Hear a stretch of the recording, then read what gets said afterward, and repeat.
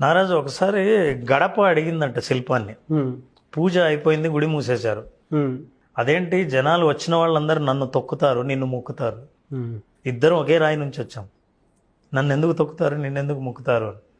అప్పుడు శిల్పం అందంట, అంటే దేవుడి విగ్రహం, నేను పూజల్లో బిజీగా ఉన్నాను, అందరు వెళ్ళిపోయి మాట్లాడుకుందాం అని. రాత్రి పూజలన్నీ అయిపోయాయి, పరదా వేశారు.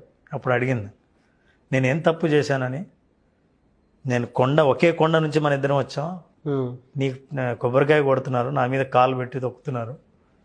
సో గడప వీటి మధ్య సంవాదం ఇట్లా జరిగితే అప్పుడు చెప్పిందండి శిల్పం, నీకు తెలుసా శిల్పి నన్ను చెక్కేటప్పుడు సన్నని ఉలి తీసుకుని ఒక కన్ను ముక్కు తయారు చేయడానికి కొన్ని వేల లక్షల దెబ్బలు నేను తిన్నాను.